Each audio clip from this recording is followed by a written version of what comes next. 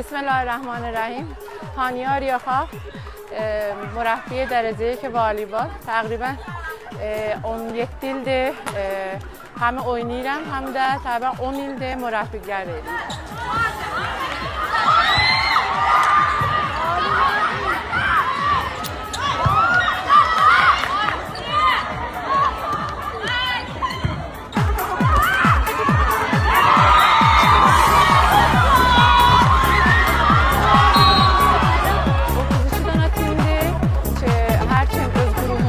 Əvvəl və doğum çıxıbdır, 16-cı timlərə görəcəkdir və yine orada da oynanacaq.